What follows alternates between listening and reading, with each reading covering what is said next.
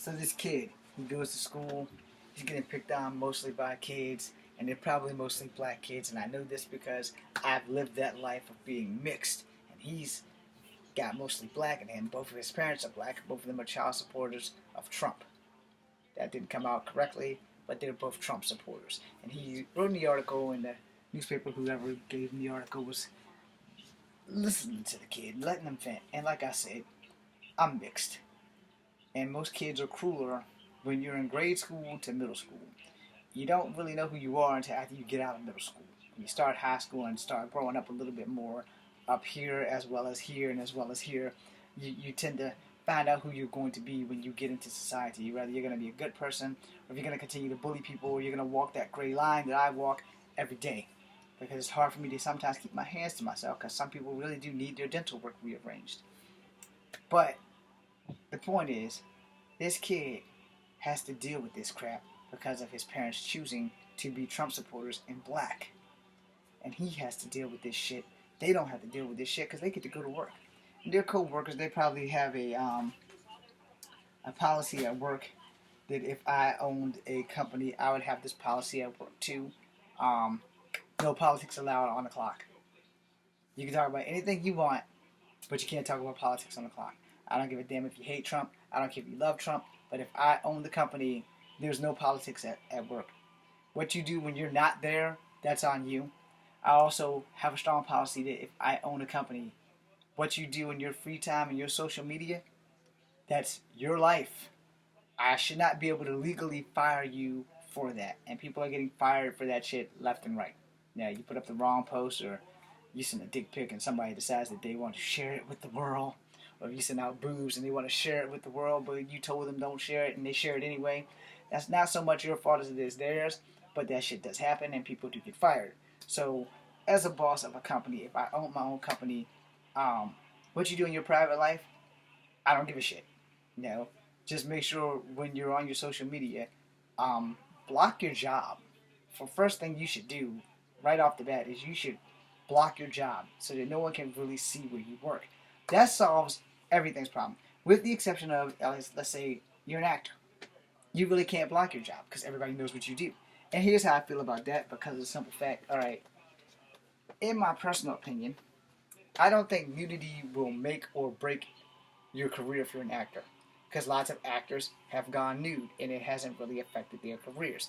A few Power Rangers have gone nude. A few of my favorite actresses have gone nude. A few of my favorite actors that I could have done without seeing nude have gone nude. Shame on you, Ryan Reynolds. Anyway, but he's been nude in more than one thing. But, not that I was trying to see that. But in Deadpool, he was nude a lot. So, it doesn't really have a lot to do on the impact of your career. Because the first thing the actors will tell you off the bat is that if it's tastefully done, I'll do nudity. Or my favorite, how big is that check? Because I'm going to be exposed to all of this, How big is that check? That check's going to be big, off with the shirt, I'm down.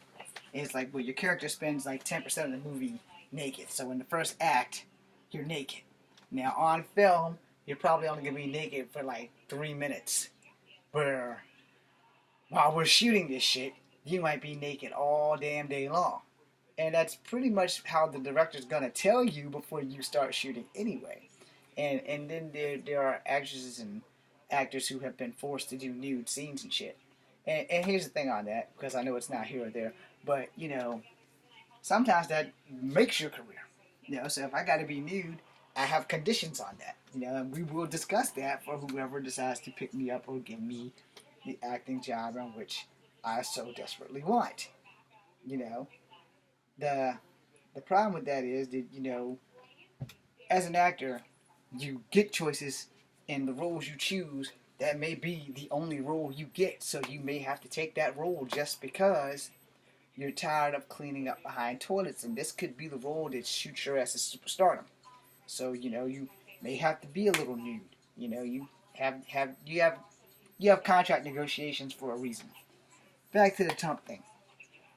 The young black woman preaching all this crap about Trump and how good he is and how great he is, and she clearly can't be more than 20 years old, so she has no idea what he's done in his 60 years of life, Unlike me, who's 45, who can go back and research some of this shit. Thank God for YouTube, and thank God for people who have archives and film shit, and then they post the shit on YouTube, which is how you can find a lot of this shit. But this is specifically about the fucking kid, man.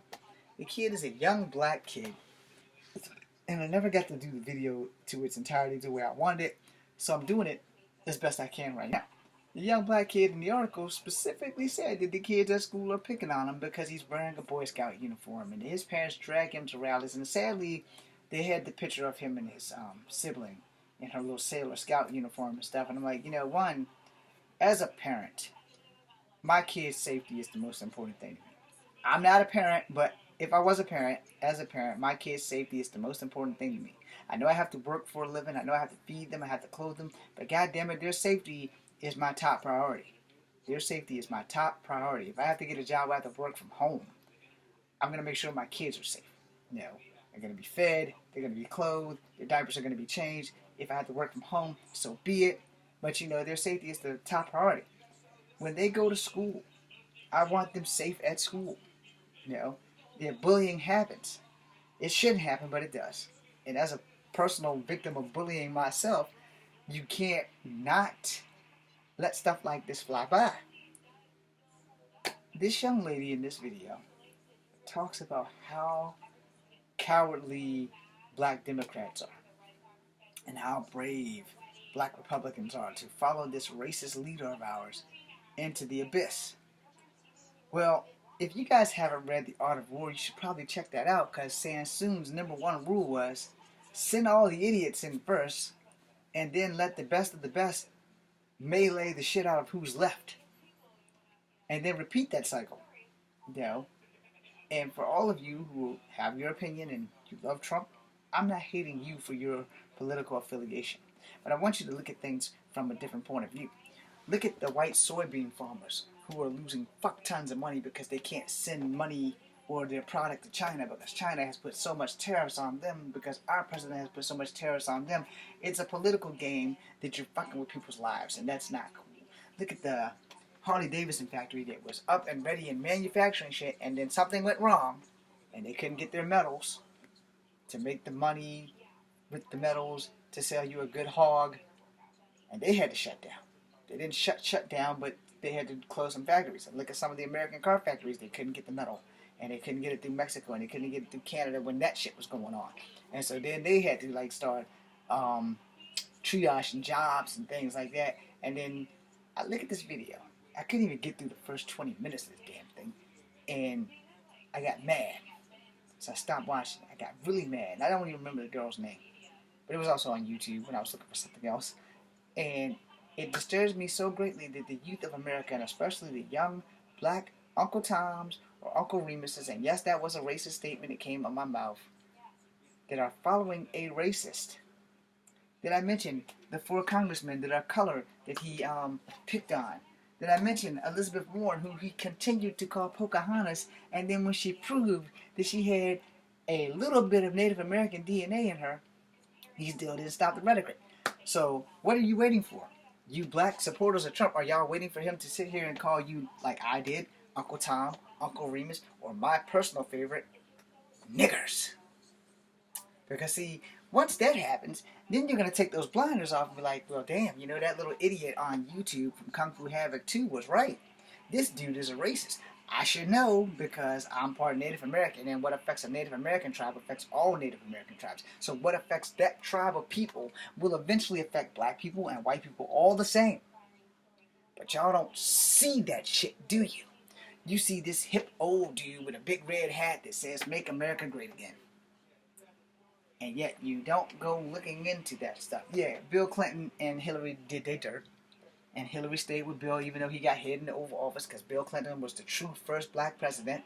Not like other presidents before him did not have sex in the Oval Office. I'm pretty sure George Washington probably crescented the place first. But publicly, Bill Clinton was the first president to get hit in the Oval Office. Let's keep that shit real. Back then they didn't have cameras and TVs and shit, and if you could draw anything, you were lucky enough to have a job as a newspaper printer. Pretty much the gist of it. I'm going to end this video on this because I made some serious racist statements. For those who I have offended by calling black people who follow Trump, Uncle Tom's or Uncle Remus's, whatever the Brer Rabbit, y'all remember Brer Rabbit, whatever that reference is, because I could have called y'all Uncle Ben, because that was like another racist statement that people used to call black people Uncle Ben, or the cream of the wheat dude, and other racist things, Aunt Jemima for the women, Chickaboo. Let me apologize for all those racist statements that I just made. But let me not apologize for the simple fact that it doesn't take much to follow a fool into battle, other than some other fools who believe the fool could actually pull the shit off. And sometimes fools get lucky. His presidency for his first term is living proof that sometimes fools get lucky. Because here's how it works. When I went to bed, Hillary was way ahead of him. Like, there was no way in hell this dude could come back. When I woke up, it was like he sucked the dick of a unicorn. And he was president. And that's the best I can give you as an analogy. Unless you want to go watch Deadpool when he starts squeezing the unicorn's horn and it starts shitting out money or whatever the hell it is. But that's pretty much how that happened. When I went to bed, Hillary was in charge.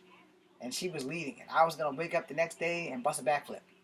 Okay, I really wasn't going to bust a backflip, but the thought crossed my mind. After all, I did have to have a hip replacement. Next goddamn thing I knew, I woke up and Donald Trump was all over the place. And then there was that Crafty Griffin thing with her beheading the mannequin of Donald Trump and all kinds of other shit. And next damn thing I knew, I'm like ready to cry because Hillary didn't win. But we adapt and we move on. And I'll tell you one more thing before I end. Because of this shirt, because I have been in the Army, I didn't get deployed. I didn't get to serve the way I want. I could be all I could be, but I had to get a new hip instead. When he started coming down on that Gold Star family, when he started coming down on transgenders in the military and telling them that you're not welcome in the Army, in which he draft dodged, like a lot of politicians have draft dodged, while all of us poor people send our sons off to war, while the politicians sit back and watch as we die. When I signed up for infantry, there was no more racism. When I got into the Army, there was no more problems. My life was about to be changed because I joined the Army to do one simple thing: die. For this country, and mostly for myself, because I had suicidal thoughts, and what better way to die? It's better to die a hero than a zero. And I got shafted when I got out. I got fired from my job because one job promised me one thing and then the other job decided they was going to let me go. They found a loophole. And at the time, Obama was still the president, but legally there was nothing that he could do. There was nothing I could do. But see, had I been fired while I was enlisted, then there would have been something that he could do. Because anybody who goes to join the National Guard, they have to hold your job for you because you're not just going to be in the military. You still have your job. But you now have government priorities. First week in a month, 2 weeks a year, you belong to them. And not only do you belong to the federal, but you belong to the state in which you serve. So if something is to happen in that state, you're on mobile duty, whether you like it or not. Your ass is locked and loaded and you're off the road. So that being said, when Hillary lost, my oath of service still stands to this country. I don't have to like the leader of this country, but I do love my country, because that oath of service and them dog tags are mine. And to top that off, many of men have died for this country and have served this country under racist presidents before him. You just didn't know it. But with this president, he's wide open. He's sexist, he's racist, he don't like brown people. He don't like Native Americans, and he don't like blacks. And you dumb blacks that are following him and got your kids suffering in school because other people are like, man, y'all voted for this guy? Your parents are black. Oh, you're a really dumb bastard. Blah, blah, blah. This kid's suffering, and you all will suffer. This guy gets another term, we're all fucked. We're so worried about him and the deals he's making. If we were letting shit like North Korea slide through, and more recently in the news, they may have a submarine. Hey, I'm gonna be honest with you. I always thought they had a submarine, but I didn't care. No, it's North Korea. Those people that you underestimate are the ones that come out of the back, out of the dark, and blow your ass to pieces. We didn't win Vietnam. We got pulled out. We totally kicked ass in Operation Desert Storm and Desert Shield. But the thing about this is, without Navy SEALs hunting down Saddam Hussein and whoever the other guy is and the other tyrants and shit, you know, the people that you think that are not a threat are your most dangerous threat. There have been plenty of commercials about our current administration being a clear and present danger. I couldn't agree more. But I'll tell you this, I'm not in charge. It's probably a good thing that I'm not in charge. But here's the thing. Every American needs to wake up and be aware of what this guy lets fly out of his mouth. Because he doesn't bite his tongue. His handlers don't exist. Our VP won't even pull this guy off to the side and say, hey, look, dude, you might want to cut that shit out. You know, I'm the vice president, so let me give you some goddamn advice. Stop insulting women of color. Stop insulting people of color. You want a second term, I do too, but you're not going to get it if you keep telling these people this and that, and then you gone right back around and tweet some negative shit about people of color. What are you doing? And then there was that whole clusterfuck that just happened with the Russian thing and the other shit and the taxes shit. You know, everything is a distraction from what the real issue is. The real issue is who's in his bed politically, or what country is he making deals with to stab us in the back. Because treason is a crime suited by death. So if he's doing anything treasonous, he needs to worry. Because no matter how rich you are, treason is still a crime against America that is basically suited by death. That's why when people go and get political asylum in other countries so they don't stand trial here, that's probably the reason why.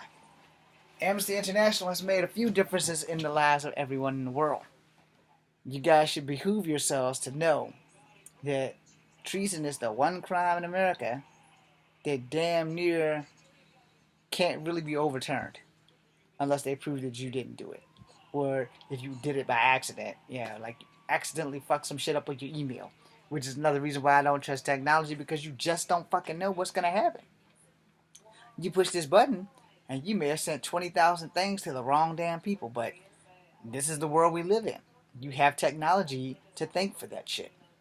I'm James Williams Jr. This is Kung Fu Habit number 2. Good night, and be seeing you. Hopefully I taught you guys something.